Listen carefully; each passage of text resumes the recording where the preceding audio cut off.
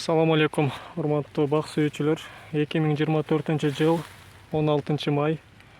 Мындан 3 жума мурда божомолду кыйыштырган алма көчөттөрүбүз.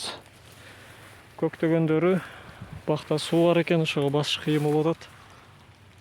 Көктөгөндөрү, көктөбөй калгандары дагы бар. Толук көктөбөй калды деп айта албайбыз, дагы бир аз убакыт бар булардын каллус пайда кылып көктөп же көктөбөшүнө. Ал жерде кийинки дарагыбыз.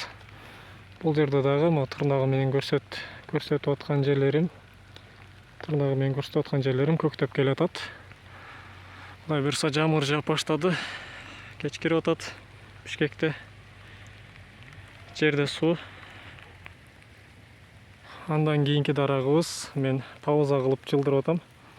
Таракка жеткенден кийин басып, бул дагы көктөптүр, Кудай буйруса, бирден көктөптүр.